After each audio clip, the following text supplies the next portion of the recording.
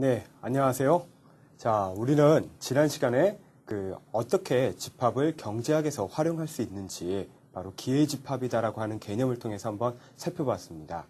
자, 그리고 우리는 이제 카테시안 곱을 이용을 해가지고 관계라고 하는 것과 그 다음에 그 관계의 하나의 일종인 우리 함수에 대해서 한번 살펴봤었죠. 자, 그래서 우리는 함수의 정의, 그 다음에 함수에서 규정되고 있는 여러 가지 것들에 대해서 한번 살펴봤습니다. 그래서 이제 치역까지 한번 쭉 정리를 해봤는데요. 자, 이제 오늘 진행할 내용은 바로 이들의 관계를 좀 더 확장해서 한번 살펴보도록 하겠습니다. 자, 예를 들자면 다음과 같은 관계가 있다라고 보도록 할게요. 우리가 함수를 얘기를 했었을 때 우리는 함수가 f라는 게 x에서 y로의 함수라고 보도록 하겠습니다. 자, 그러면 이제 우리가 다음과 같이 여기 정역 x를 생각을 해볼 수 있겠고요. 자, 우리 지난 시간에 얘기를 했듯이 치역 y를 생각을 해볼 수가 있을 겁니다. 자, 그러면 여기에서 이제 x의 원소들이 있겠죠. 그래서 뭐 x1, x2, x3 뭐 쭉쭉쭉 해서 xn개가 있다라고 보도록 하겠습니다. 자, 그 다음에 y도 마찬가지겠죠. 그럼 마찬가지로 뭐 여기 y1, y2 뭐 이렇게 해가지고 쭉 해서 yn이 있다라고 부르도록 하겠습니다. 자, 여기서 우리가 모든 x의 원소들이 바로 y의 원소들이 대응이 되고 그 다음에 x의 원소가 양다리가 걸치지 않을 때 우리는 그 경우 함수다라고 얘기를 했죠. 그런 관계를. 자, 그럼 이제 우리는 모든 x가 모든 y에 대해서 대응이 되는 경우가 있다라고 보도록 하겠습니다. 자, 예를 들자면 우리 다음과 같이 한번 생각을 해볼 수가 있어요. x하고 y가 있었을 때 뭐 우리가 1, 2, 3이 있다 그러고요. 여기에서 예를 들자면 뭐 맥주, 소주, 포도주가 있다라고 보도록 하겠습니다. 자, 그래서 뭐냐면 1이다라고 하는 것들 여기서는 그냥 맥주, 소주만 얘기를 해볼게요. 그러면 마찬가지로 맥주하고 1하고 연결이 되겠고요. 2는 소주하고 연결되겠고 3은 소주하고 연결이 된다라고 보도록 하겠습니다. 자, 이 경우에 모든 x의 원소들이 모든 y에 대응이 될 겁니다. 자, 그래서 모든 y의 원소들이 전부 다 대응이 됐었을 때 우리는 이 경우 전사함수다라고 얘기를 할 겁니다. 자, 그래서 우리는 이 개념을 빌어서 바로 전사함수에 대해서 정의를 내려볼 수가 있겠죠. 자, 다시 얘기하자면 우린 치역 또는 공역에 있는 모든 원소들이 x에 의해서 대응이 되었을 때 우리는 그 경우를 전사함수다라고 지칭을 하도록 하겠습니다. 자, 이것을 우리가 서젝션이라고 얘기하죠. 서젝티브라고 얘기를 할 겁니다. 자, 그 다음에 우리가 또 얘기를 할 수 있는 부분들이 지금 현재 여기서는 1, 2, 3이다라고 하는 부분들이 마찬가지로 지금 2와 3이 소주에 지금 대응이 됐죠. 만약에 여기에다가 아까 전처럼 포도주를 대응을 시킬 수가 있을 겁니다.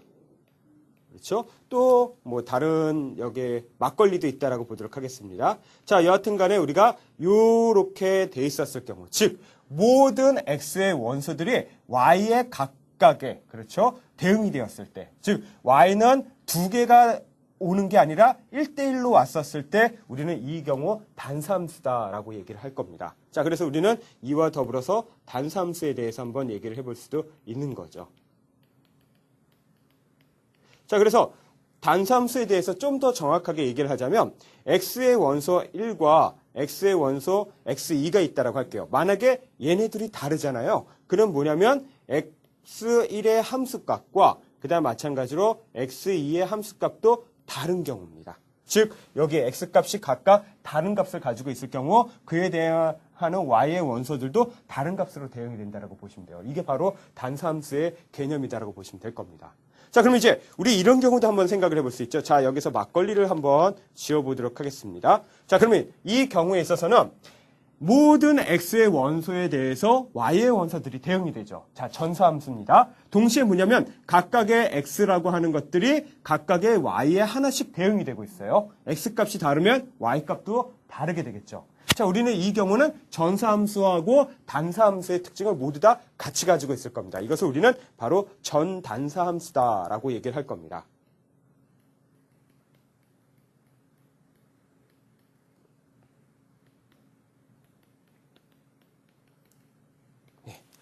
자, 그 다음에 또 이 전단사 함수를 여러분 많이 익히 들어보셨죠? 바로 이거를 또 부른다면 1대1 대응으로도 얘기할 수가 있습니다. 자, 이런 식으로 우리는 바로 함수가 각각 x에서 y로 대응이 됐었을 때 어떻게 대응이 되느냐의 여부에 따라서 전사함수, 단사함수, 전단사함수로서 구분이 될 수 있다라고 보시면 될 거예요.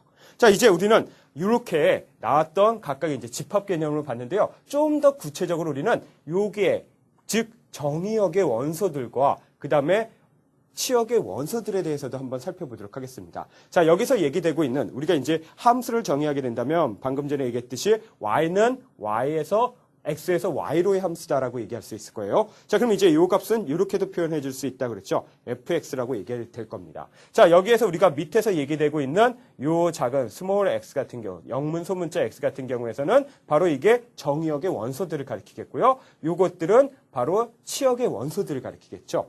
자, 우리는 요 함수 관계로부터 다음 걸 얘기해 볼 수 있어요. x에서 y로 간다는 건 뭐냐면 x의 요인들이 y에게 영향을 주는 거라고 볼 수가 있겠죠. 자, 그러면 뭐냐면 x의 원소라고 하는 것들은 바로 영향을 주는 요인들. 그 다음에 y의 원소들의 같은 경우에서는 이거는 영향을 받는 거라고 볼 수가 있을 겁니다. 자, 이런 측면에서 우리는 바로 각각 x와 y의 원소들을 다른 값을 가질 수가 있기 때문에 각각 원소들은 x1도 있고 x2도 있겠고 뭐 xn도 가질 수 있겠고요. 마찬가지로 y도 y1, y, yn 값을 가질 수 있는 다양한 값을 가질 수 있는 변수가 되겠죠. 자, 이런 식으로 우리는 두 가지 형태로 변수를 구분해 볼 수가 있습니다. 자, 바로 첫 번째로 즉 영향을 주는 요인으로서 독립변수를 생각을 해볼 수가 있어요.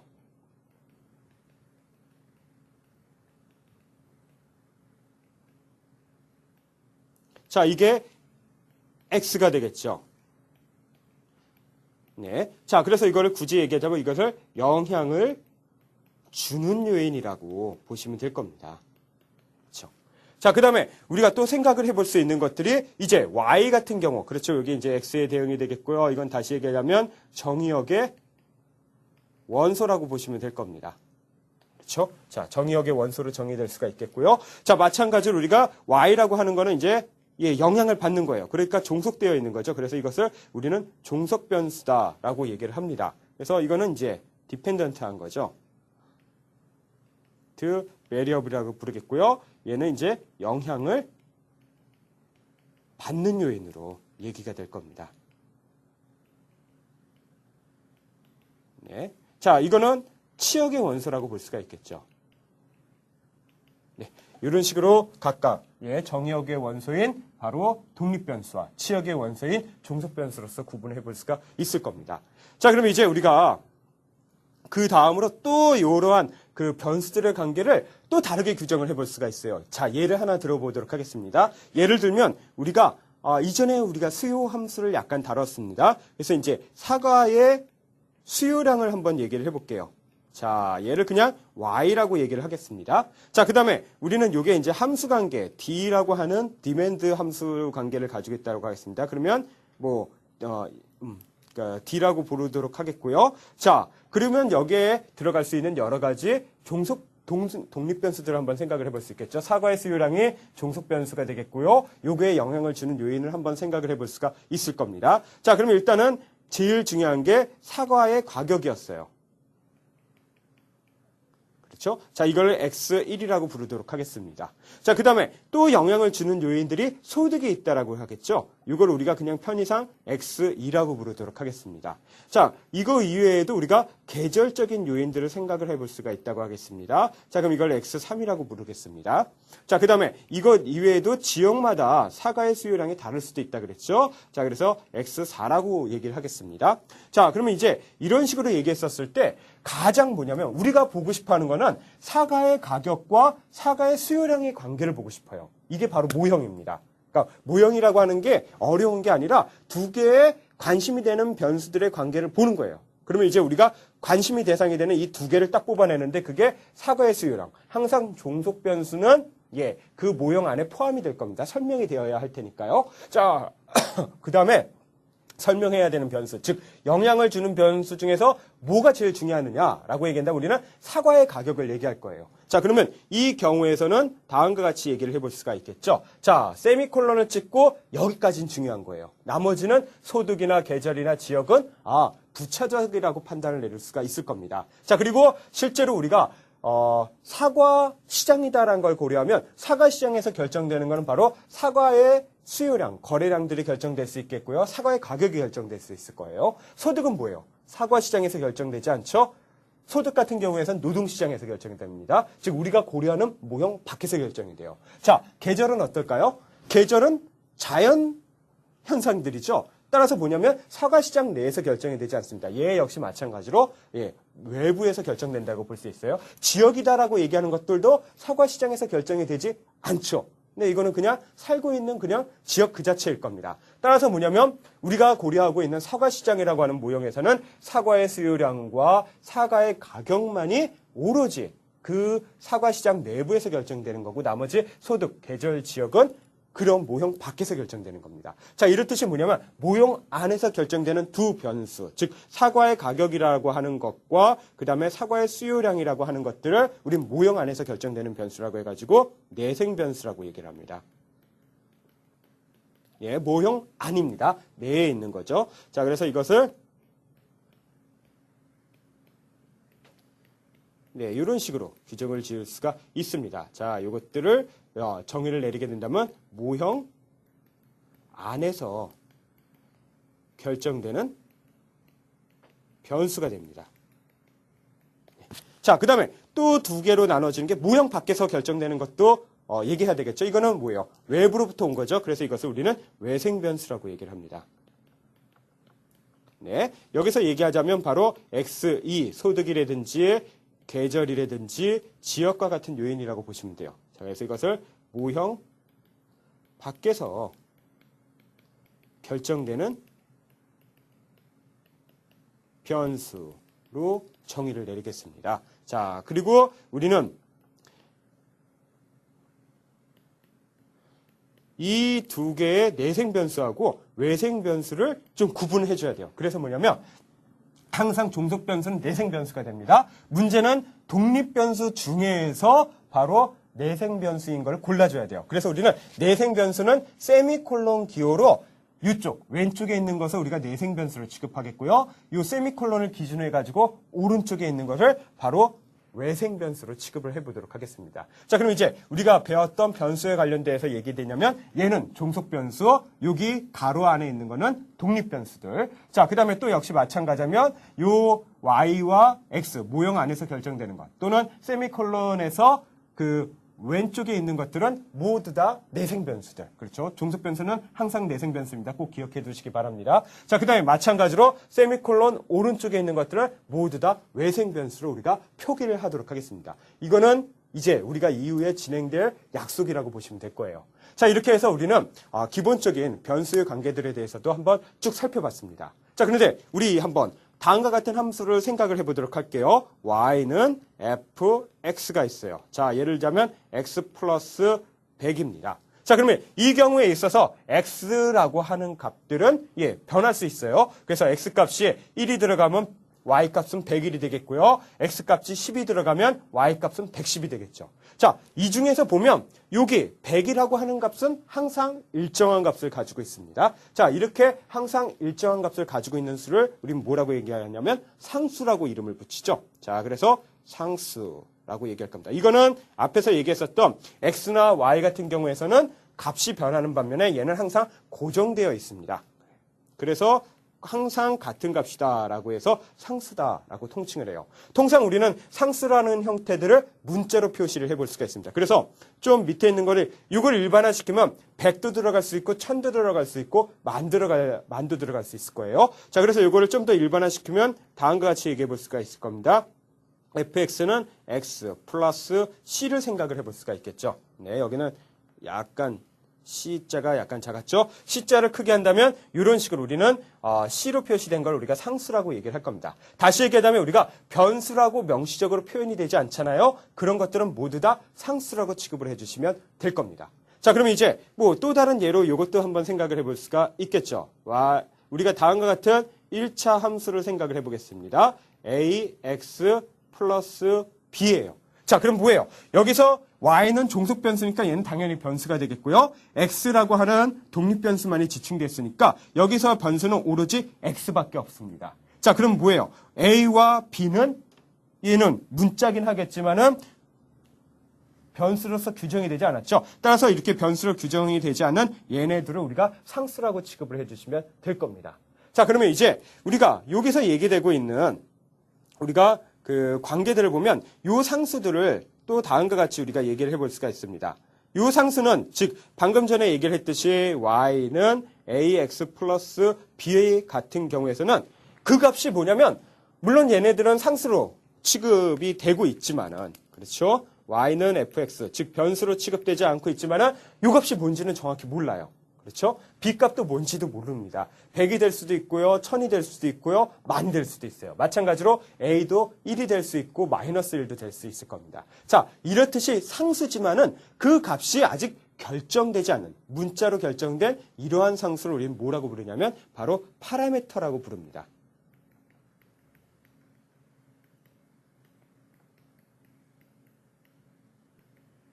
예. 자, 그래서 상수긴 하지만은 그 값이 결정되지 않은 상수라고 보시면 될 겁니다.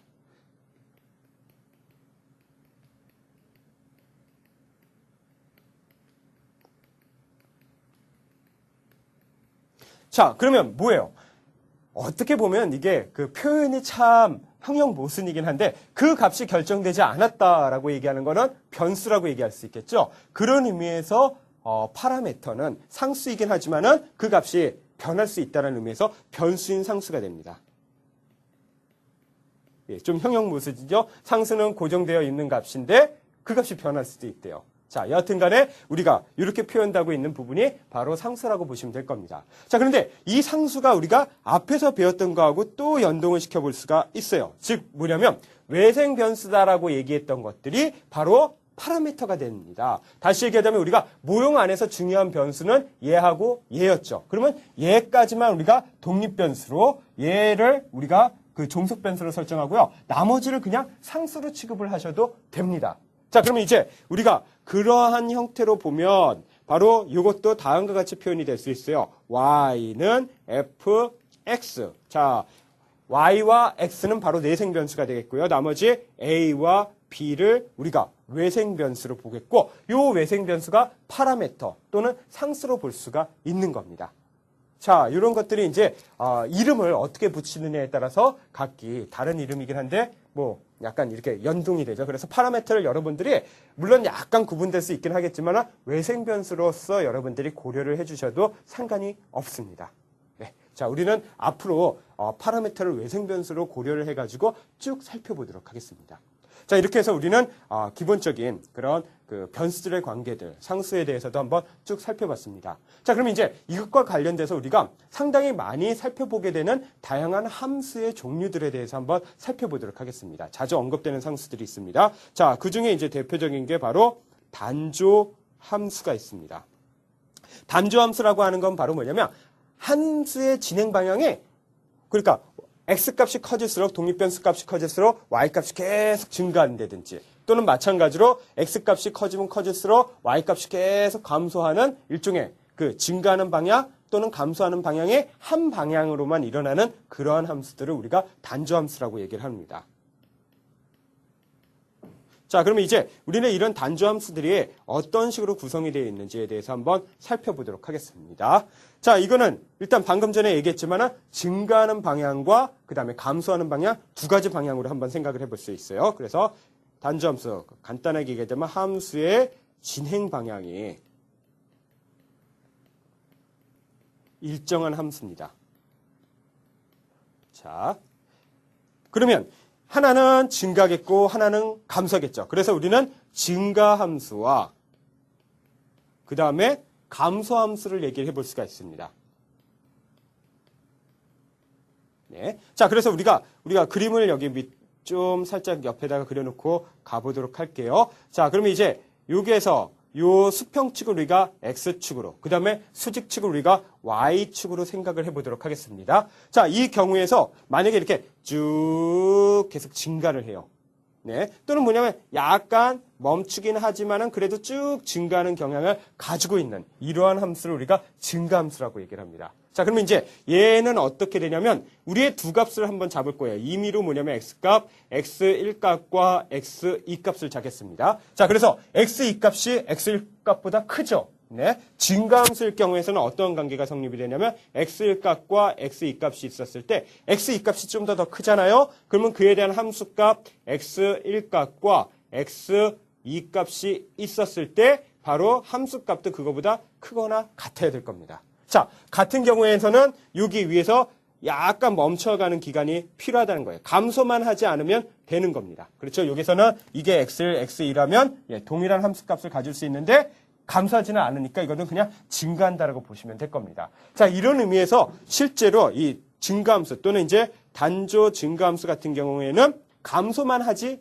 않는 그런 함수라고 볼 수가 있겠죠. 그래서 이것을 비감소 함수다라고 얘기를 할 수가 있습니다. 자, 그럼 반대로 우리가 감소함수를 얘기해 볼 수가 있겠죠? 자, 그럼 이제 우리가 또 반대로 한번 그려보도록 하겠습니다. 자, 그러면 이제 얘는 이렇게 쭉 밑으로 쭉 내려가는데 약간 정지됐다가 다시 내려가는 경우들도 있을 수가 있어요. 자, 마찬가지로 우리가 여기 x1, x2로 잡도록 하겠습니다. 그러면 x1보다 x2가 더 큰 값인데 우리는 그 경우 x1의 함수값과 x2의 함수값을 비교하잖아요. 이 경우에서는 x2의 함수값이 작거나 같은 경우입니다. 자, 그러면 이제 이 경우에서 보게 된다면 여기에서 약간 멈추는 기간이 있죠. x1 값, x2 값으로 보면 x2 값이 좀 더 크긴 하겠지만은 함수 값은 동일하기 때문에 이 경우에서는 같다라고 볼 수 있습니다. 자, 이런 의미에서 보면 단조 감소 함수라고 얘기를 하는 것들은 바로 뭐냐면 증가하지 않는 함수, 즉 비증가함수다라고 얘기할 수가 있을 겁니다. 그래서 이것을 단조 감소 함수를 다른 말로 비증가함수다. 라고 이름을 붙이도록 할게요. 자, 그러면 이렇게도 얘기해 볼 수 있겠죠? 꼭 같아야만 되느냐? 무조건 크기만 하는 방향들도 존재할 수가 있을 겁니다. 그렇죠? 자, 예를 들자면 우리가 여기에다 다시 이제 그림을 그리면 증가했었을 때는 무조건 계속 커야 돼요. 절대 중간에 멈추는 법이 없습니다. 자, 이거는 뭐예요? 강하게 증가하는 함수가 되겠죠. 그래서 우리는 강하다라고 해서 이것을 강단조 증가함수라고 얘기를 합니다.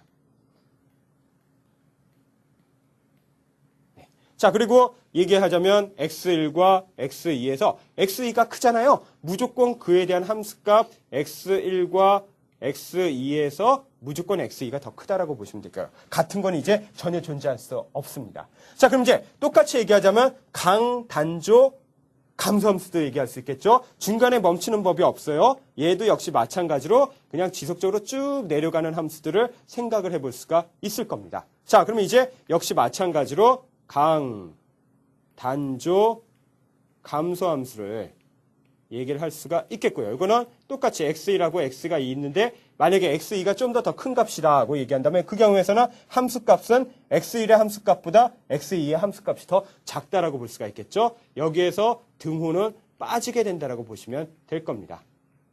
자, 이런 식으로 우리가 규정된 형태들을 바로 강단조 함수다라고 얘기할 수가 있습니다. 자, 이렇게 해서 우리는 바로 또 이게 증가의 방향들과 관련해가지고 단조함수라고 하는 개념에 대해서 한번 살펴봤습니다. 자, 이거 외에도 우리가 또 확장해서 살펴볼 수 있는 함수 개념을 얘기해 볼 수가 있어요. 두 가지로 얘기해 볼 수 있는데 바로 꼭 우리가 함수 fx가 있습니다. x에서 y로 간다라고 하는데 항상 x에서 y로 갈 필요가 있을까요? y에서 x로 갈 필요가 또 있지 않을까요? 예. 자, 그래서 우리는 요거를 변환 관계를 좀 겪게 될 겁니다. 다시 얘기하자면 요 x에서 y로의 함수가 있어야 돼요. 네. 자, 그런데 여기서 중요한 게 바로 뭐냐면 다시 얘기하자면 예전에 종속 변수였던 y 또는 뭐냐면 치역이었던 y가 이제는 독립 변수가 돼요. 그렇죠? 자, 그에 반면에 이제 예전에 독립 변수의 집합이었었던 x라고 하는 것들이 이제는 바로 뭐냐면 종속 변수, 즉 치역이 된다라고 보시면 될 겁니다. 자, 이런 식으로 서로의 위치를 바꿔볼 수가 있겠죠. 자, 이런 식으로 변환한 경우를 x가 이것으로 변했을 때 변환되는 경우 우리는 이것을 역함수다라고 얘기를 할 겁니다. 함수라고 합니다. 네, 인버스가 되는 거죠. 자, 우리가 지난번에 실수를 다루었을 때 우리가 뭘 다뤘었죠? 인버스에 대해서 다뤘었죠. 즉 우리는 역원에 대해서 한번 다뤘습니다. 바로 요 역함수라고 하는 것들이 일종의 함수에 있어서의 역원의 역할을 한다라고 보시면 될 거예요. 자, 그러면 이제 우리 다음과 같이 한번 보도록 하겠습니다. 자, 그러면 우리는 역어를 좀 더 항상 성립하느냐라고 본다면 꼭 그렇지가 않아요. 바로 뭐냐면 만약에 우리가 다시 앞으로 쭉 되돌려 보도록 하겠습니다. 우리가 여기에서 만약에 우리가 그냥 단사함수인 경우만 생각을 하겠습니다. 여기 예컨대 막걸리가 있었어요. 자, 막걸리만 있는 경우였다면 어떻게 될까요? 자, 여기서 y에서 x로 다시 되돌려 가려고 그래요. 근데 뭐예요? 얘는 대응되는 값이 x에 없겠죠. 네, 거꾸로 간다라고 얘기를 했었을 때. 자, 그러면 이제 대응되는 게 없다 그러면 어떻게 돼요? 이거는 함수의 정의에 위배가 될 겁니다. 따라서 뭐냐면 오로지 단사함수만 존재하는 경우에서는 성립하지 않을 거예요. 자, 그 다음에 두 번째, 우리가 만약에 전사함수인 경우를 또 생각을 해보도록 하겠습니다. 자, 이런 경우도 있겠고 이렇게 성립되는 경우도 있다라고 보도록 할게요. 자, 그럼 이제 y의 모든 원소들이 대응이 됐는데, 자, 이제 거꾸로 다시 y에서 x로 간다라고 했을 때 소지는 뭐예요?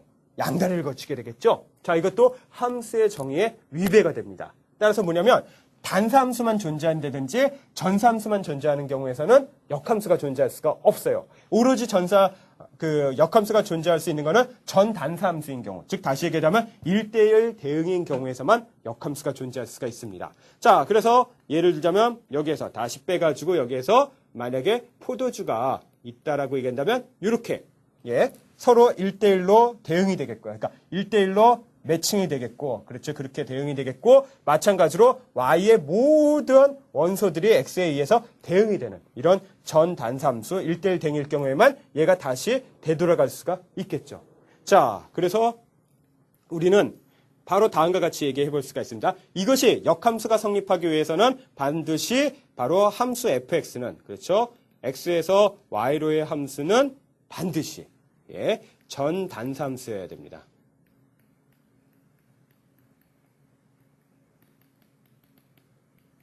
네. 자, 그래서 우리가 이거를 좀 더 앞에서 얘기했던 거하고 연동을 시켜보도록 하겠습니다. 자, 그러면 이제 방금 전에 얘기했지만 우리가 단조 함수를 얘기했어요. 자, 강단조 증가함수를 얘기를 하잖아요. 모든 실수 영역에서 간단조 증가함수라든지 강단조 감수함수인 경우, 즉 강단조 함수일 경우에서는 바로 뭐냐면 이 경우에서는 반드시 바로 1대1 대응 또는 전단사함수가 성립이 됩니다. 자, 이렇게 거꾸로 항상 내려가는 경향이 있었죠. 즉 뭐냐면 우리가 정의를 여기에서 볼게요. x값하고 y값이 달라요. 한쪽 방향이 반드시 큽니다. 그럼 뭐예요? 반드시 그에 대한 함수값도 다르게 되겠죠. 이거는 바로 뭐예요? 단사함수의 성격을 그대로 가진다라고 볼 수가 있어요. 자, 그 다음에 우리가 모든 실수 영역에서 대응이 된다 그러면 그는 전사함수의 성격도 또한 역시 가지게 되겠죠. 그런 의미에서 강단조 증가함수이거나 강단조 감소함수이면 전단사함수가 성립합니다. 네, 그래서 여기서 밑에 우리가 특징적으로 얘기하자면 강단조 증가함수이거나 또는 감소함수도 성립을 할게요. 함수는 이면 바로 전단사함수입니다.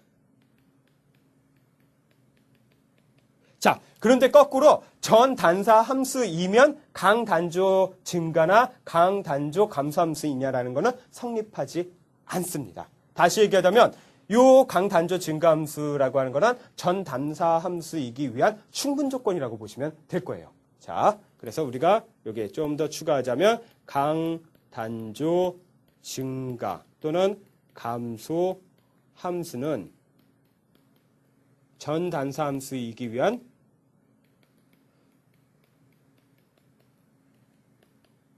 충분 조건이다 라고 보시면 될 겁니다. 자, 우리가 이거 지난 시간에 논리를 다루면서 한번 쭉 살펴봤던 내용들이었죠. 충분 조건, 필요 조건, 필요 충분 조건. 자, 여하튼 간에 우리는 이런 식으로 전단사함수, 그리고 우리가 많이 다루는 함수가 강단조 증가하거나 강단조 감소함수예요. 그래서 대충 이런 경향을 보이면 바로 역함수가 존재한다라고 보시면 될 겁니다. 자, 그러면 이제 우리가 이걸 토대로 해가지고 역함수를 얘기하면 다음과 같이 얘기해 볼 수 있겠죠? 앞에서 얘기했지만 방금 전에 x에서 y로의 함수이면, 자, 이게 전 단사 함수이면 바로 다음과 같은 역함수가 y로에서 x로 가는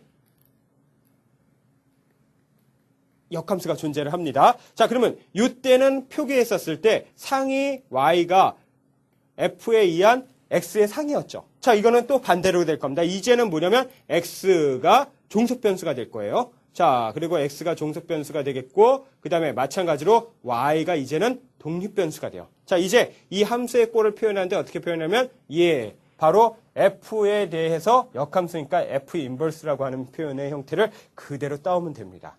자, 그리고 우리가 재미나게도 바로 뭐냐면 이 두 개의 함수는 바로 우리가 여러분들 이것도 그 중고등학교 때 배우셨죠? y는 x에 의해 서로 대칭이 됩니다. 서로 이렇게 반사되죠. 이거를 중심으로 해서 딱 접힌다라고 보시면 될 겁니다. 자, 그래서 또는 이해 이것을 기준으로 서로 f와 f 인버스는 서로 대칭이 됩니다. 자, 이렇게 해서 우리는 바로 역함수에 대해서 한번 살펴봤고요. 자, 이거를 좀 더 확장해서 얘기하자면 우리는 두 개의 함수를 합하는 경우들도 한번 생각을 해볼 수 있을 겁니다. 이거를 결합시키는 경우라고 볼 수 있겠죠. 자, 그래서 우리는 합성 함수에 대해서 한번 얘기를 해보도록 하겠습니다. 자, 이제는 두 개의 함수를 얘기해 볼게요. f라고 하는 함수가 있는데 얘는 x에서 y로 갑니다.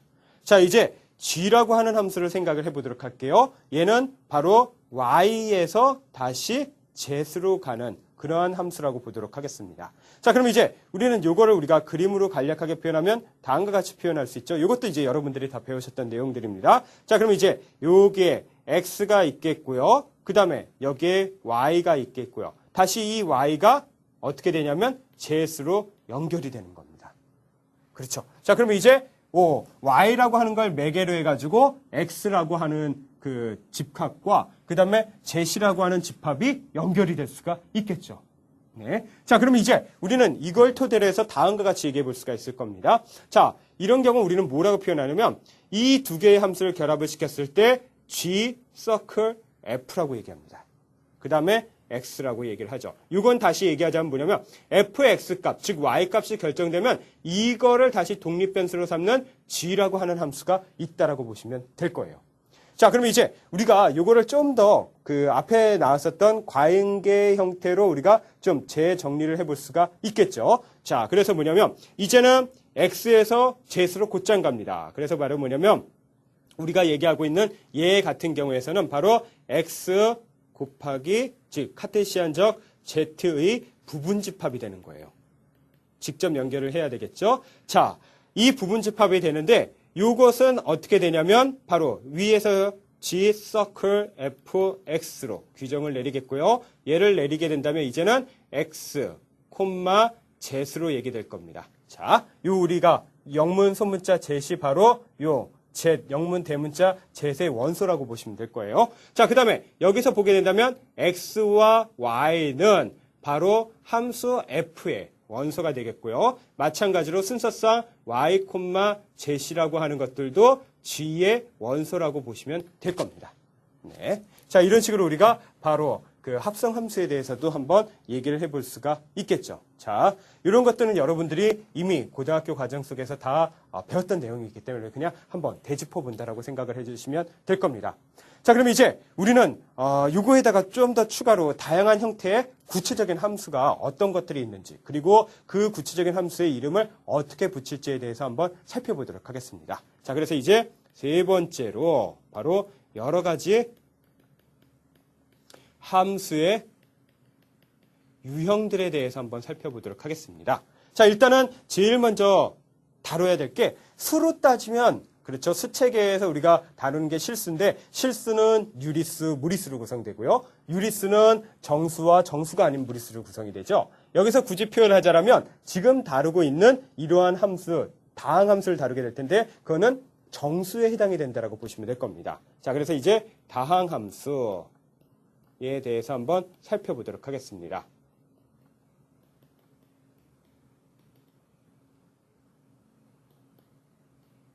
이거는 항이 여러 개 있습니다. 항은 바로 뭐냐면 더하기와 빼기로 구성된 것들을 연결한 것들.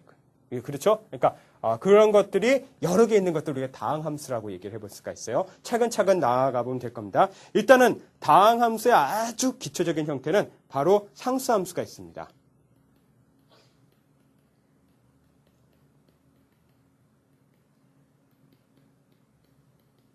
자, 그래서 y는 fx. 자, 이거는 일반적인 함수 표현이겠고요. 예를 들자면 여기에 뭐 100이 들어가는 겁니다.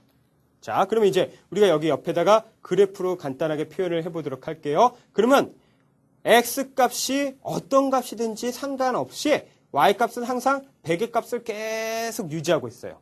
자, 그렇죠? 이게 이제 100의 값입니다. 이게 상수함수입니다. 그렇죠? 네. 네, x 값이 어떤 영향도 줄 수가 없는 거예요. 자, 그래서 우리가 상수함수를 좀 더 일반화시켜서 표현을 하잖아요. 그러면 여기가 콘스턴트에 앞글자 c를 따가지고 여기 그냥 영문자 c로 표현해 줄 수가 있습니다. 네, 이게 이제 일반적인 형태가 되겠고요. 뭐 다양한 예로서 y는 100도 될 수 있겠고, y는 1도 될 수 있겠고, y는 20도 될 수 있겠고, 정말 많이 만들어 볼 수가 있겠죠. 자, 그 다음에 우리가 두 번째로 할 수 있는 거는 또 가장 원초적인 형태라고 보시면 될 겁니다. 자, 이번에는 1차 함수라고 보시면 될 거예요. 네, 1차 함수는 다음과 같이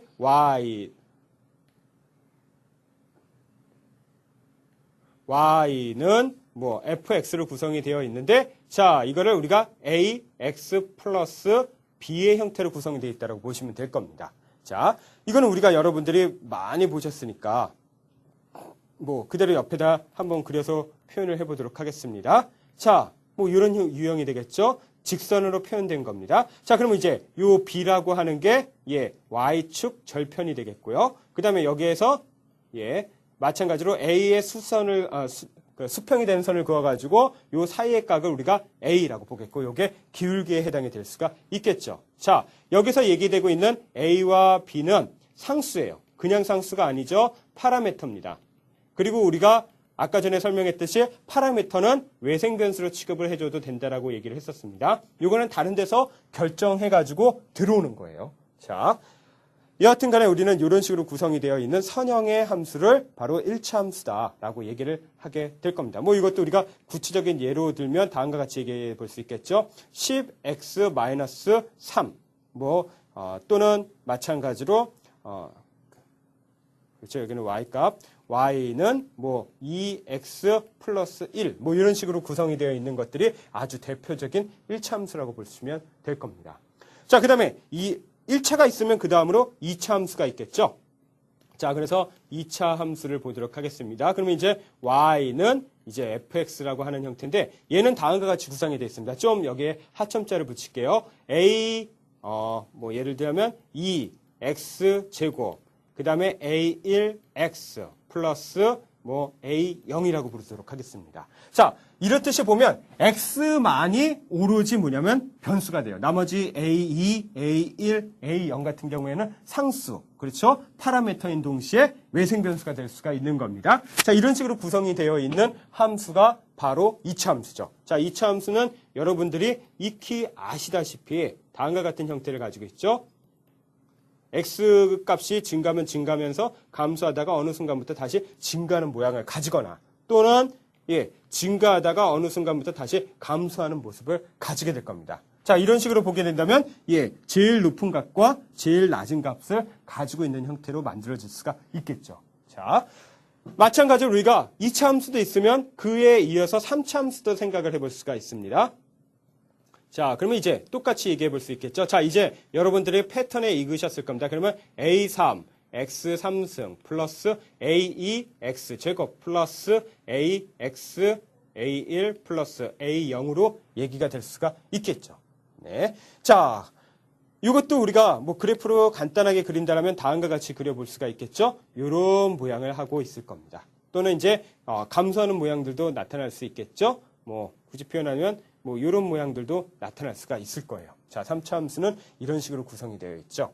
자, 그러면 이제 우리는 이것을 보다 일반화시켜가지고 표현을 해보도록 하겠습니다. 그러면 바로 n차 함수로 우리가 확장을 해볼 수 있어요. 그러면 y는 fx 하면 an 곱하기 x의 n승 플러스 an-1 곱하기 x의 n-1승 플러스 뭐 이런 식으로 쭉 가가지고 a1x 플러스 a0으로 얘기될 수가 있겠죠. 자, 이렇게 된다면 항의 개수가 총 n개로 구성이 되어 있는 n 플러스 1개가 되겠네요. n 플러스 1개로 구성이 되어 있는 n차 함수를 생각을 해볼 수가 있을 겁니다. 자, 그래서 1차 함수 같은 경우에는 최대 항의 개수가 하나, 2개예요. 예, 플러스 1이 되죠. 그 다음에 마찬가지로 2차 함수도 최대 항의 개수가 여기 하나, 둘, 3개가 돼요. 플러스 1이 되겠죠. 3차 함수 같은 경우에도 최대 항의 개수가 하나, 둘, 셋, 4개. 예, 플러스 1이 될 겁니다. 그래서 차수에다가 1을 더하잖아요. 그러면 각 차 함수에서 최대로 존재할 수 있는 항의 개수가 만들어질 수가 있습니다. 자, 이렇게 해서 우리는 바로 대표적인 그런 함수에 대해서 한번 살펴봤고요. 자, 그러면 이제 이게 정수에 해당이 된다면 우리는 유리수에 해당하는 함수들도 생각을 해볼 수 있을 겁니다. 그것이 바로 유리함수예요. 자, 유리함수는 바로 뭐냐면 두 개의 다항 함수의 비로 구성이 되어 있는 함수를 지칭하게 될 겁니다. 자, 그래서 예를 들면 우리가 다항 함수 fx와 gx가 있다라고 얘기를 할게요. 자, 그러면 유리함수는 어떻게 구성이 되냐면 두 함수의 비니까 fx와 gx의 비로 구성이 되어 있는 함수를 우리가 유리함수다라고 얘기를 하게 될 겁니다. 자, 이거는 뭐 그냥 hx라고 하는 새로운 함수의 형태로 표현해 줄 수가 있겠죠. 네. 자, 그런데 여기서 우리가 주의할 점이 있습니다. 단, 바로 뭐냐면 분모는 0이 되어서는 절대 안 되겠죠. 그래서 gx는 그렇죠. 0이 되어서는 안 됩니다. 자, 거꾸로 얘기하잖아요. 만약에 gx를 0으로 만드는 그러한 x가 있다 그러면 그거는 우리가 정의역에서 제외시켜야 될 겁니다. 네. 자, 이렇게 해서 우리는 유리함수도 생각을 해봤는데 이것도 이제 구체적인 예를 들면 다음과 같이 얘기를 해볼 수가 있겠죠. y는 예를 들자면 x-1, x제곱 마이너스 1. 자, 여기에서 분모 같은 경우에선 절대 0이 되면 안 된다 그랬죠. 따라서 뭐냐면 x는 단 1이 되면 안 된다라고 하는 단서 조항을 붙여주시면 될 겁니다. 네, 요거는 아마 우리가 이제 고려하는 정의역에서 빼버려야 되겠죠. 자, 이렇게 해서 우리는 유리함수 개념까지 한번 쭉 살펴봤고요. 유리함수가 있으면 또 무리함수가 있을 수가 있겠죠. 자, 그래서 이제 무리함수들도 한번 생각을 해볼 수가 있습니다. 자, 무리함수, 여러분들이 대충 감을 잡으셨겠죠. 바로 뭐냐면 다항함수가 있으면 그 다항함수에다가 제곱근을 붙이는 겁니다. 네. 자, 그래가지고 표현하면 우리가 만약에 hx라고 하는 함수가 있다라고 얘기한다면 예를 들면 여기에 fx와 gx가 다항함수라고 얘기를 하겠습니다. 자, 이 경우에서 여기에다가 제곱근을 붙여주는 거예요. 네. 자, 여기에다가 n제곱근을 붙여줘도 무방합니다. 네. 자, 이것을 우리가 무리함수라고 하겠고요. 이걸 이렇게도 표현해 줄 수 있습니다. fx에다가 여기에다 좀 가로쳐주고요. 바로 n분의 1승으로도 표현이 가능합니다. 이것도 이제 대표적인 무리함수의 형태라고 보시면 될 거예요. 자, 그래서 우리가 이것도 한번 예를 들면 다음과 같이 얘기를 해볼 수가 있겠죠. 바로 루트 x-1이 될 겁니다. 자, 그런데 여기에서 우리가 다루는 영역들이 실수의 영역이에요. 그래서 좀 주의할 점이 있는 게 바로 뭐냐면 요 n제곱근이 만약에 짝수잖아요. 그렇죠? 루트처럼 짝수인 경우에서는 안에 있는 값은 0보다 작으면 안 됩니다.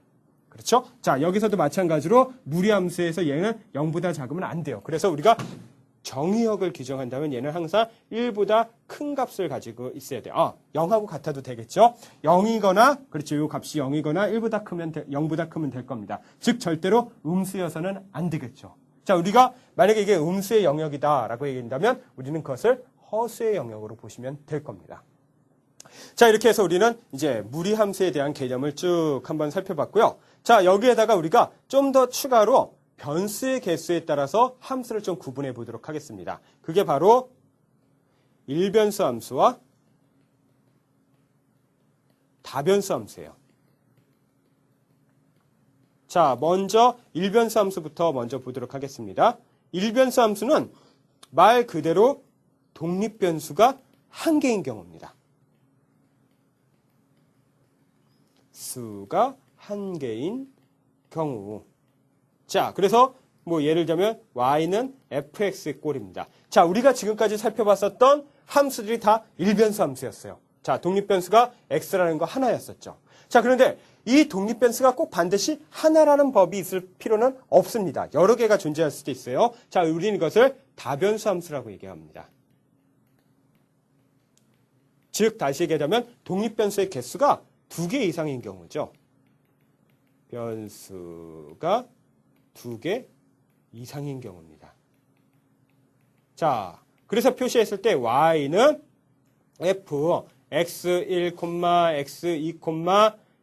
x2, x n개, 총 n개의 독립변수 개수가 존재한다라고 볼 수가 있을 거예요.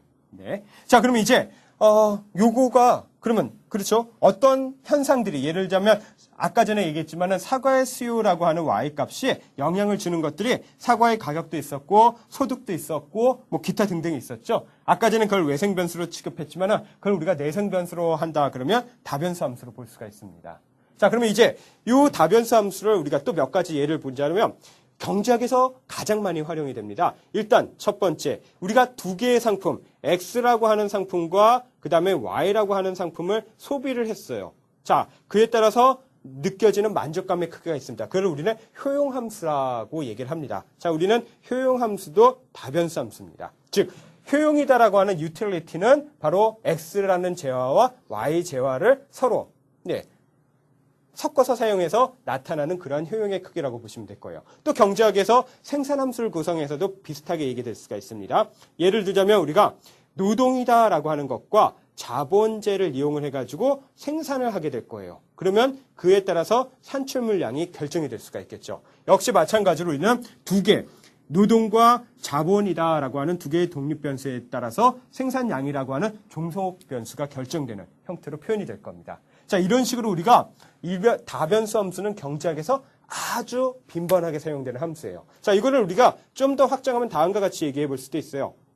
꼭 우리가 구매하는 재화가 하나일 필요는 없겠죠. 2개일 필요도 없습니다. 예를 들자면 여러분들이 마트에 가시면 물건 한두 개만 사지 않죠. 여러 개의 물건을 같이 사게 될 겁니다. 자, 그러면 이제 X1재와 X2재와 X3재와 이런 식으로 일반화시키면 XN재화까지 구매를 할 수가 있겠고요. 자, 그에 따라서 우리가 결정되는 효용함수들도 구성해 볼 수가 있겠죠. 자, 마찬가지로 우리가 또 생산물을 만들어내요. 근데 생산물이 단순하게 노동량과 자본재만 있을까요? 아니죠. 원료들도 필요할 겁니다. 그 다음에 또 기계를 운전하려면 전기도 필요할 거예요. 토지도 필요하겠고요. 그런 다양한 생산 요소들이 존재할 수가 있겠죠. 자, 그래서 예를 들자면 노동을 X1, 예를 들자면 자본재를 X2, 그 다음에 토지를 X3, 이런 식으로 하면 L개의 생산 요소들이 존재하겠고, 그에 따라서 우리가 생산물 함수들을 이렇게 다 변수 함수로 구성해 볼 수도 있습니다. 자, 이런 식으로 우리가 좀 더 확장이 된다라고 보시면 될 거예요. 자, 이렇게 해서 우리는 바로 함수의 기본적인 형태들에 대해서 한번 쭉 살펴봤고요. 다음 시간에는 우리는 함수의 극한과 연속에 대해서 한번 다뤄보도록 하겠습니다. 예, 그만 오늘 이만 마치도록 하겠습니다.